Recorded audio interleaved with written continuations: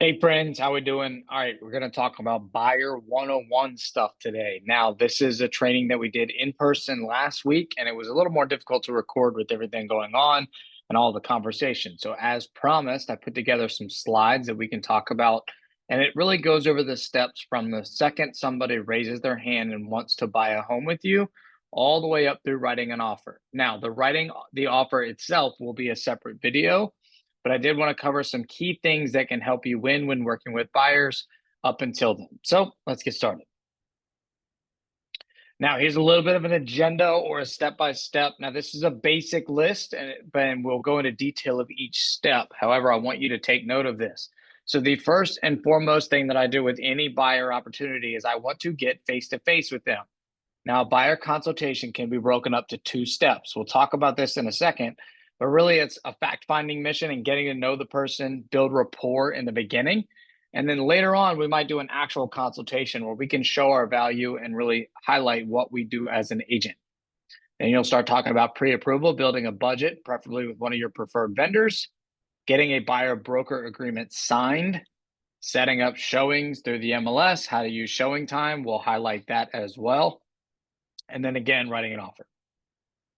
So the buyer consultation, as I mentioned, the point of this is to build rapport. Now, this can be done over coffee. It can be done over lunch. It can be done in the office. If they're looking to sell their home or they're renting currently, you can also meet with them at the kitchen table. The whole point is to get to know your client. They can get to know you, and you really want to highlight their needs. Now, you may set expectations for the process now or showcase how long it may take and how you can best serve them. However, that can also come at a later meeting. This early stage is meant to be you asking a lot of questions and the client doing a lot of talking. I like to call this my wants and a needs analysis of what they want to buy. And the whole point is we're teeing up the budget discussion to get to the referring part to the lender. The lender themselves is going to be able to talk about monthly payments, cash to close, down payment amounts, all that sort of jazz. What we're trying to do is get them to start thinking about how they need to form their home buying team, and we're a part of it. And then we want to connect them with one of our lenders. Pre-approval. This is the lender referral opportunity, whether it's one of our in-house lenders with ACM or First Heritage or a preferred lender that you like working with. Now, it is okay if the client has a lender already lined up. What you are asking them to do is share that information with you. So you can connect with the lender, find out how qualified they are, where they want to stay past cash to close wise, etc. I always tee this up with buyers by saying, look, a pre-approval is going to be in terms of purchase price. You live in the monthly payment, meaning what you spend every month on your mortgage is what most people are more concerned about. Yes, the down payment, cash to close is important. However, when you're living in this home, that monthly payment is what's going to be keeping you in your overall budget. And it's the lender's job to help us come up with that. I've used an analogy of a puzzle a lot of times. The loan itself is a puzzle, and we're finding all the right pieces to put into play so that we can go find the right house. Now, in addition to the monthly payment, the lender is going to help discuss cash to close options. Cash to close is referring to the down payment and the closing costs. Now, closing costs on the buyer side is going to cover those loan origination fees, your lender fees, some title searches, etc. So you want to make sure they have that type of money set aside or that they will have that come closing time. Any contingencies that need to be met in order to obtain this loan will also be discussed at this time, whether they have a house to sell or what oftentimes comes up more is a loan appraisal, meaning the property's got to appraise. We're going to talk about that in Buyer 201. When you do get a pre-approval, when your client has a pre-approval, you're going to want a copy of that letter. Now, we talked about this last week. There is a difference between pre-qualification and pre-approval. In short, a pre-approval is better. A pre-qualification is basically taking a loan application and giving a qualified amount based on what has been given on that loan or loan application. The pre-approval is going one step further, and they're actually verifying the income, collecting some documents such as bank statements and a job verification letter, and they're confirming that what was put on the loan application is in fact true. So a pre-approval is stronger and better. Most sellers will require a pre-approval, not just a pre-qualification, to accept or review any offers. Now, you want to use this pre-approval as a discussion point for when it comes to market conditions and where to search or stay within an ideal budget. If you are in a seller's market, meaning you're seeing a lot of negotiations or a lot of bidding wars for these properties, it is very rare that you will be able to buy at list price. So for example, if your pre-approval is 350 grand and you are looking at homes that are listed at 350 grand as new homes and it's a seller's market, those homes may get bid up out of your client's budget. And the last thing we want to do is push our client to be in a situation where they are what's called house poor, or they are struggling to make each mortgage payment every single month. Back in the buyer consultation stage, I have a conversation with the buyer to talk about how they are in a standpoint of their pre-approval is going to be the max amount of money that they can spend to buy a house. I want them to figure out where their ideal budget is. What does that monthly payment look like? And what does that cash to close look like? That's the budget that we're going to surround our searches or base our searches on. Now, this may mean that we have to go slightly below what their max pre-approval budget is, and that's okay. This is why we're doing it upfront before we even begin to look at houses.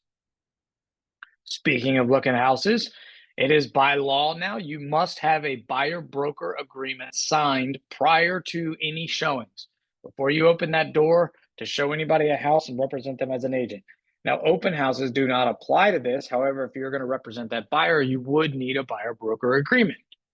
Now, for us here at CVR, Central Virginia Region MLS, that is CVR 310 is the form you want to use. This is the most recent updated one, and it is an exclusive right to represent the buyer under a standard agency agreement. What that means is you are agreeing to work with them solely as their agent. They are only working with you. We have a YouTube link on our channel that is specifically going over how to fill out the buyer broker agreement. You will also upload that to command under your opportunities once you create an opportunity for your client. Now, for our KW agents here, if you're curious how to work opportunities, see the how to get paid class. Now, let's talk showings, and I'm going to take you to the MLS here in a second. However, showings does not only mean we're going to set up MLS searches in the market or in the MLS and just send emails to our clients.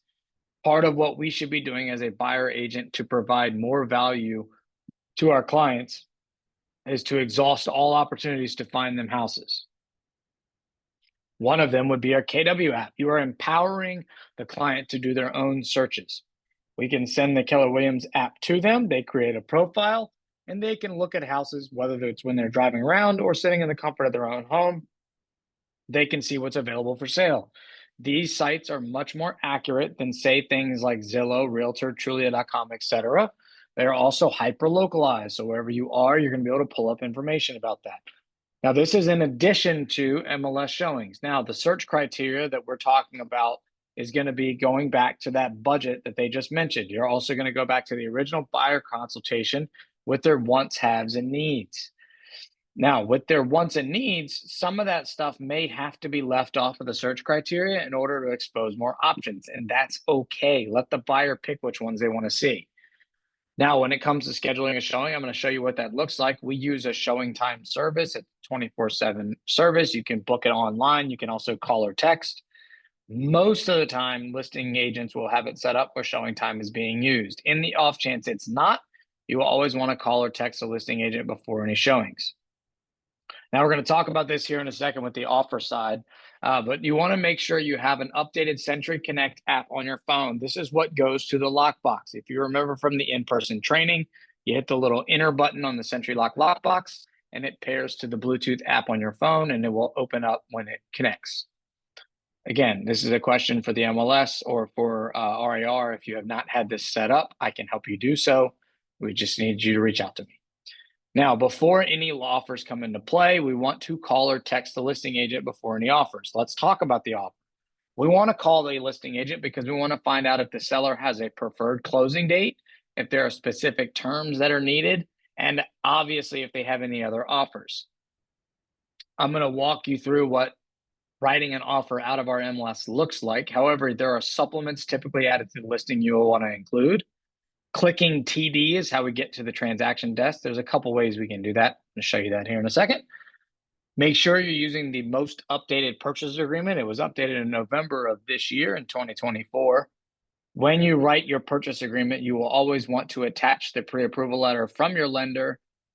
When you send that email, it is a good practice to copy your lender on the email to the listing agent in case they want to reach out with any questions. And always, always, always confirm receipt when you send an offer over.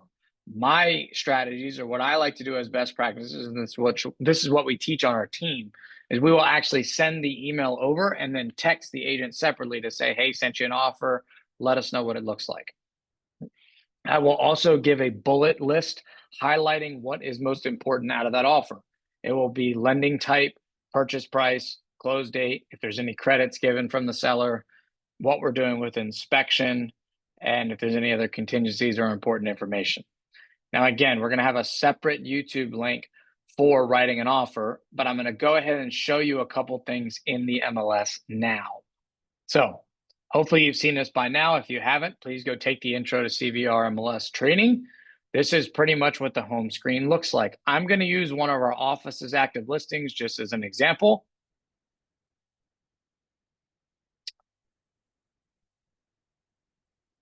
All right, so this is one of the Henry Team's listings.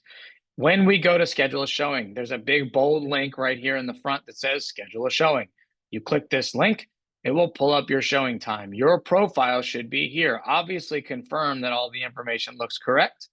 Click schedule a single showing, and you're able to select the time that you would like to show that property. Now, it will have a minimum appointment and obviously a max appointment length on here as well. We talked about this before. If you are planning on doing a live video, meaning you're going to do a social media post, you have to get the seller permission and you're going to check this box. If you're doing a virtual showing for your client, you can click this and select virtual showing. You can also select agent preview, etc. But you don't have to put your buyer's name. That is optional. You will want to put an end time. You want to make sure you have access to SentryLock, and then you'll click request. Now, do not show any houses without receiving confirmation. I will give as much notice as possible prior to showing a house. And if I have not received that confirmation, I can call the listing agent and check to make sure they received the request. However, if you see request received or showing request viewed, that doesn't mean it was confirmed. You will get a separate email notification or text, depending on how you set up your showing time, saying that it was confirmed.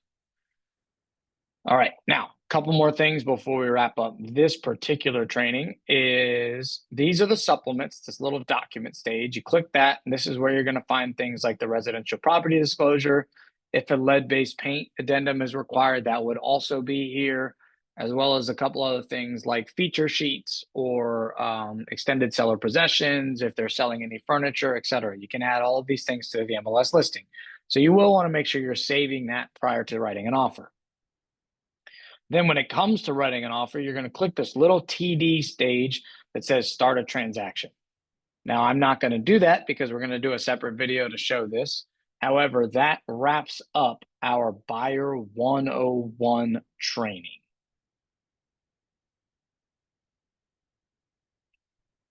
Now, if you have any questions, please reach out to me.